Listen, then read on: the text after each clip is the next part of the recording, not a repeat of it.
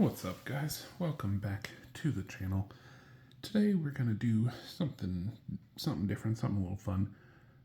There are a lot of NZ cards that have come out at this point. There's 200 of them. There's a lot of them that see a lot of play. There are, however, some of them that don't. And there are some of them that see less play than we thought they would, or think that they deserve to. And I thought it would be fun to make a quick little video here to just kind of go over what we've sort of broken down as to the top 5 most underrated NZ cards. Now, this isn't like per color or anything like that. It's just like overall experience with the card, what it's for, if it's seeing the play we thought it would get, things like that. So, without further ado, I'm just going to get right into it. First card here, we're just going to go kind of in like release order. First one here, we have NewZ Piccolos Telepathy. This is a combat card. Search your life deck for a level 1 ally and place it into play at 5 power stages above 0. If you have no allies in play when you use this card, you may search for an additional level 1 ally and place it into play at 5 power stages above 0. Of course, that is still your life deck. It's just searching for 2 instead of 1. Then, if you declare to Tokuwaza, you may end combat. Remove from game after use. So for one, this card I think is not seeing a lot of play, mostly because NewZ isn't seeing a lot of play. But I think if it were, I think this card would get played a lot. It's for, like flavor-wise, it's for Gogeta and bringing out the Goku and Vegeta to make the Gogeta fusion happen. But that's not how it actually gets used or what we expected would get used for. This does things more like getting Cell Juniors out or getting hero Namekian allies, not even Namekian allies, hero allies in Namekian into play for things like Dende, stuff like that. This card is just awesome. Getting you 2 allies and then giving you an out to combat. While your opponent entered, you can play this, get a couple allies out, end combat, go into your turn and start with a nice fresh set of actions. It's just a really powerful card. Getting 2 allies in general is really good, and then having end combat right after you do it is just awesome. If Namekian were played more, I think this would see a lot of play. Red Energy Hold. Now this one has been in and out of some decks, but it's a lot better card than I think a lot of people give it credit for. It's not one we see talked about very often.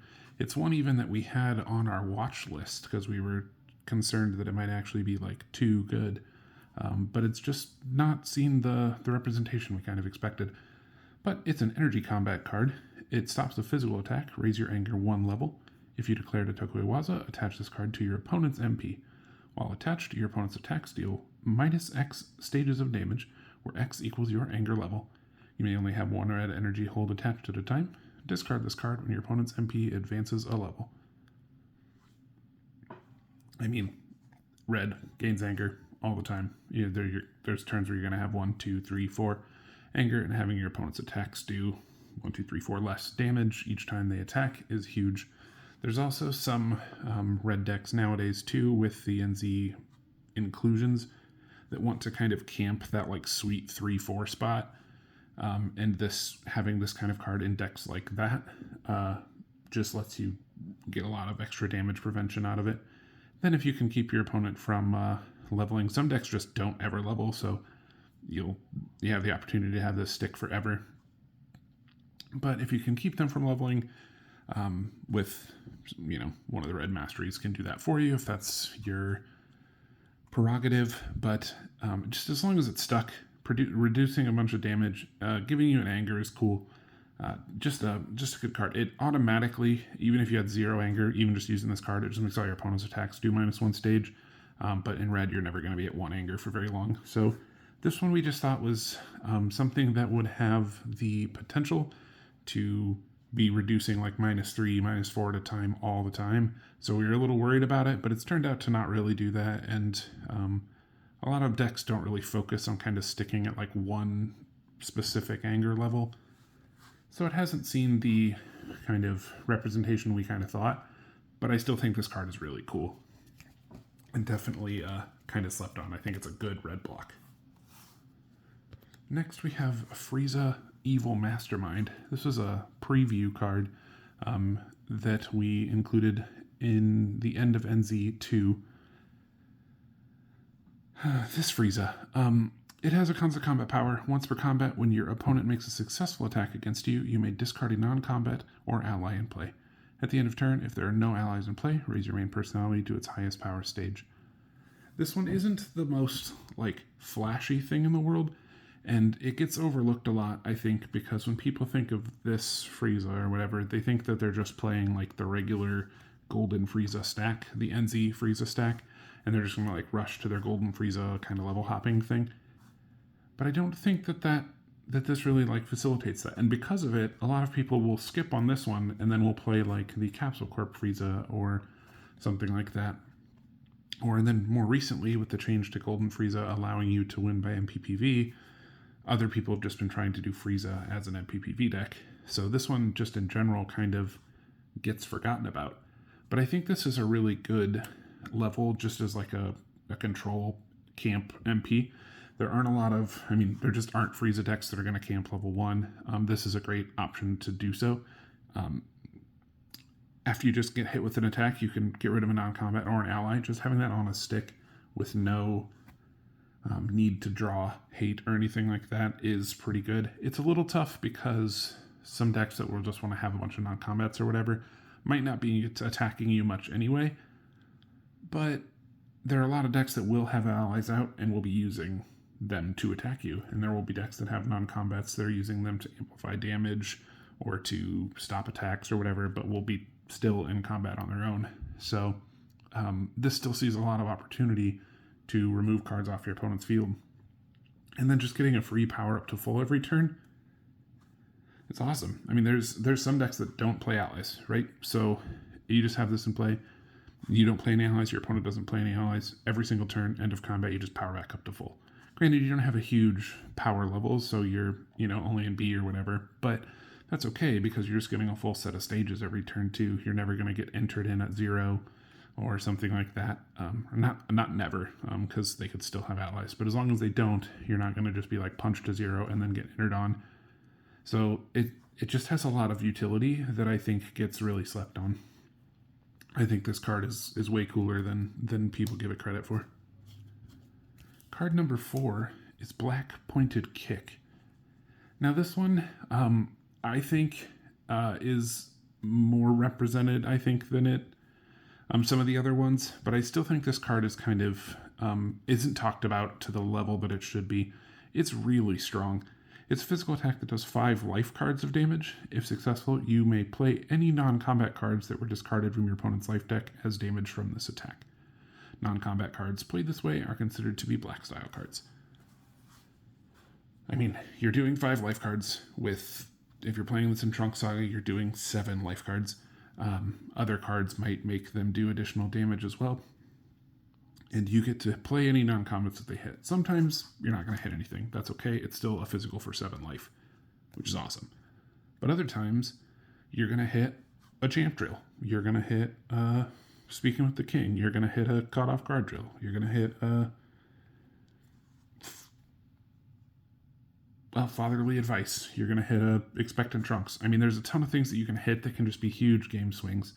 And not even just for getting to use it for yourself, which is great. Say you took their champ drill. That's really strong, and having yourself another champ drill is cool. But taking champ drill from your opponent, or taking taking a weakness drill, or taking, there's all kinds of things that it could take away from them that can really hinder their own strategy. If you can take a sword drill against a sword Trunks deck, which we have seen a few of going around, there's just a lot of things that this can hit, and it's really disruptive when it does. It's a huge surprise when it happens too. Just get hit with a physical, you're like, okay, that's whatever. Oh, it's doing life cards, that's weird. Oh, it's gonna take the cards from me that it did as damage. I think this card is crazy good, and I don't think it gets talked about as often as it should. We talk about Black Aura Eruption, and we talk about Vegeta's Gallic Gun. We talk about even Black Roundhouse and stuff get talked about all the time, but I think this card definitely deserves to be in the same conversation. Even if you're not playing Trunks Saga, just doing an opportunity to do 5 life and take some of those cards is just so strong. And finally, Orange Body Morph is a card that I love. This one's sort of like the Namekian one. I think the kind of issue with it is that people don't play Orange Physical. And that's kind of okay. It is a under par deck. We have given it a lot of love with NZ, and I think this card specifically is a lot of the reason for that. And don't get me wrong, we have seen some orange decks perform. Just recently, Zach played Orange Mariko. I was going to play Orange Spopovich in the last event. Granted, no idea how well it would have done, but I didn't get to play. But I had that deck built for that. There are reasons to play Orange Physical now, is the point I'm getting at. And this card is, I think, a huge part of it. Endurance 2, which is awesome. All the good Orange Physicals have Endurance.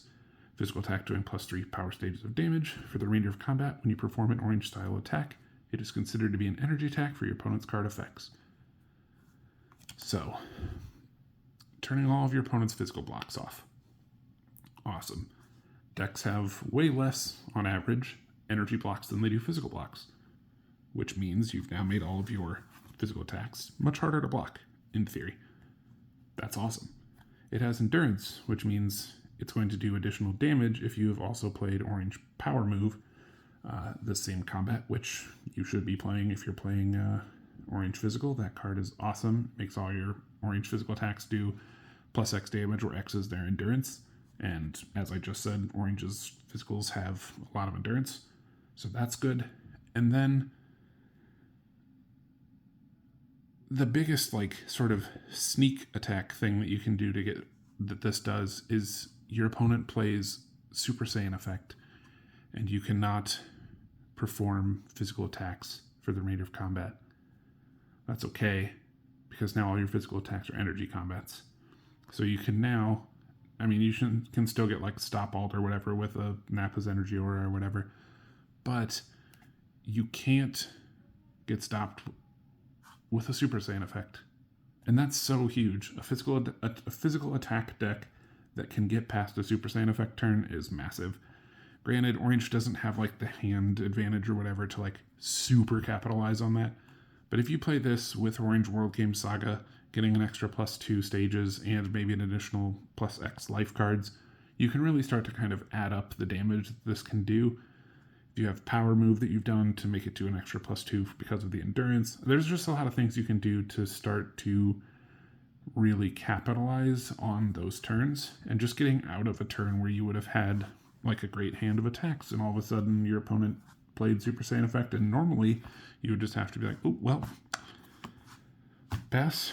You don't have to do that now. Now you can just continue to beat down. Plus, catch them off guard with that. They might have thought to enter with a Super Saiyan effect against your Orange Physical deck, thinking they're going to be fine. Now they're not. I think that's just huge. I think all 5 of these cards are awesome. I think all 5 of them are underplayed. The Namekian one and the orange one are both, I think, a little bit because those colors are underplayed themselves. But I think all of these represent a great, sort of a good power level for unique effects, for decks that could... I think decks could just benefit from using some of these. I think they're being played less than we kind of thought they might. The black one, especially, I think, is being talked about less. Black, as we know, is crushing in the meta right now, so it's weird to not see more of this. Red is kind of underperforming in the meta right now, so I'm not shocked that this is seeing less play or whatever, because red just kind of is too. But even in general, I think red decks should just be playing this more often than not. I think it's a great block. Orange Physical is a deck that has historically been underpowered, but I think has been amplified so much more than most people are aware of because of NZ. And Piccolos Telepathy does so much for Namekian ally strategies that I don't think it can be overlooked. And finally, the Frieza. There's just a lot of tech in that level. There's a lot of opportunity to disrupt your opponent's game plan, to camp and just get free stages. You can do better energy attacks. You can get out of, physical beats, not getting punched 2 combats in a row. There's just a lot of things you can do with it. That's it. That's all I wanted to say. All I wanted to show today. Just a couple of cards that I think, if you're really digging in into the barrel of NZ and you're digging past the negation cycle and you're digging past the aura eruptions and the blue energy throws and whatnot, I think you'll still find a ton of really cool cards that just have no business being as underplayed as they are. Hopefully this encourages some of you to try some of these guys out a little bit more. I think all of them are worthy of slots in your deck. Maybe you'll bring them to Midwest Melee. That'd be awesome. Remember, that's in 2 weeks from the date of this video. A week and a half, really. It's coming right up. If you watch this afterward, well, sorry you missed it. But maybe in the future, we'll get to talk about how these cards got played at Midwest Melee. Who knows? Anyway, take it easy. We'll see you next time.